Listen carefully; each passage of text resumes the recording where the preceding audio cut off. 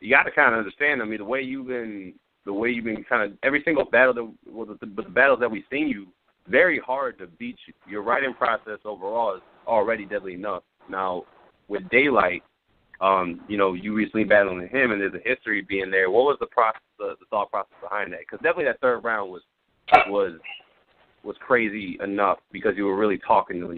You were breaking down not really just the style, but just this whole battle rap personality and kind of taking away, stripping that power. Because he usually, uses his overhead bars, or he'll try to rap away from the opponent, but at the same time be able to rap, and he kind of gets a little bit of flack for it. But you were able to kind of break it down. So, what was the kind of mindset and the writing process for Daylyt, being that there is a history there?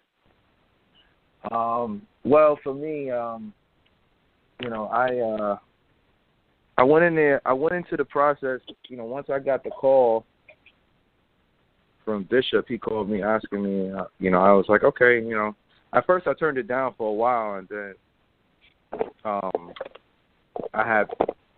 once I said yes, I started that same day. I was actually out of town when I started. I was in Ohio. I was on tour, and I just started writing that same night once I got my deposit. So the first round was done like in a day.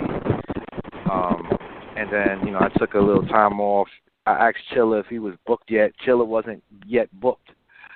So me and Chilla was kind of going back and forth. And then, I told him that I wanted to kind of have a regular round in the first round. And then I said, I told Chilla, I was like, I want to break his round. I want to break his style down in the second round. And in the third round, just kind of break him down, from a brother aspect. So the second round, it took me about 2 days to kind of put together. Mind you, we're still in like May. Like we're not even like the battle happened in July. So like I started to watching his battles, his recent ones, and I was just kind of breaking down what he did, rhyming wise, and then started putting it all together. And I wanted to create a crescendo. When I was on Angry Fan Radio, I was emphasizing on a crescendo, and the crescendo is the build up. So I was building up to every round. So at the end of the first, you kind of got like my style of like rapid fire, just back to back punchline, and then at the end, like I'm going to semiotics. Then I went into semiotics and linguistics and how he rhymes, and at the end of that, I started to get a little personal with him. And I capped it off in the third round. And in that third round, I just kind of remembered a lot of things that actually happened. You know what I'm saying? People were tired of the old Daylyt. You know what I'm saying? Me giving him certain lines to say in battles. And then, the situation with him and Watts. So I broke all of it. And then him just taking Lux's antic style, and copying Lux. I just was like,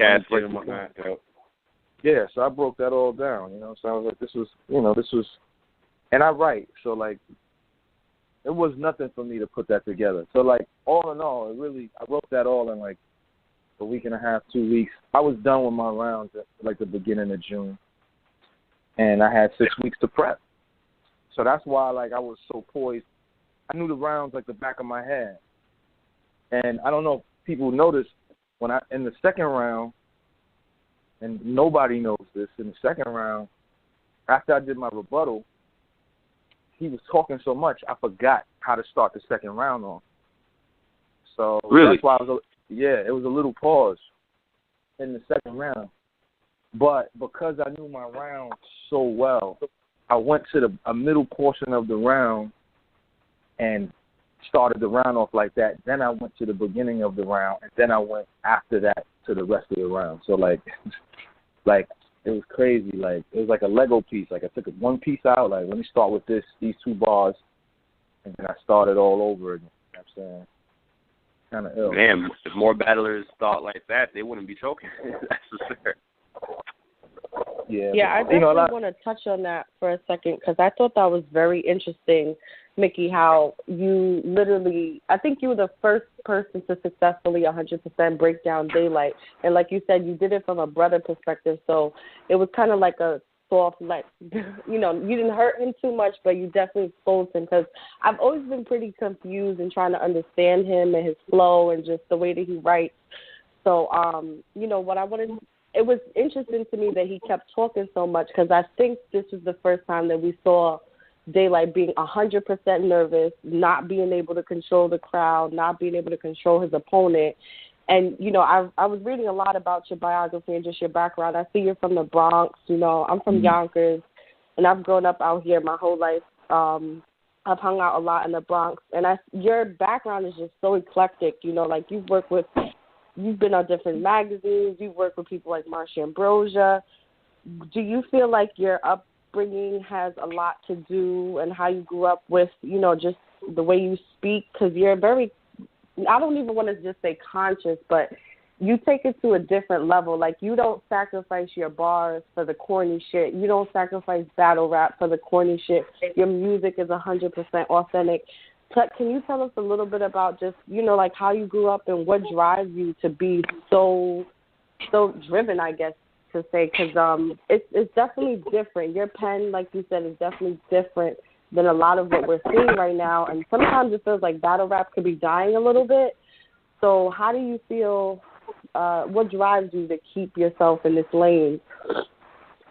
Oh, wow. Well, first off, I appreciate that. Well, you know, being from the Bronx, you know, growing up in the hostile environment where my school was, Stevenson High School, you know, we had to be on it every day. Like, we had to have rhymes ready every day. And, you know, and not just rhymes. Like, we had to be able to freestyle, too. So, like, that regimen stuck with me 20 years later. I graduated in 2000, and we in 2017, and I still stick by and abide by that regimen.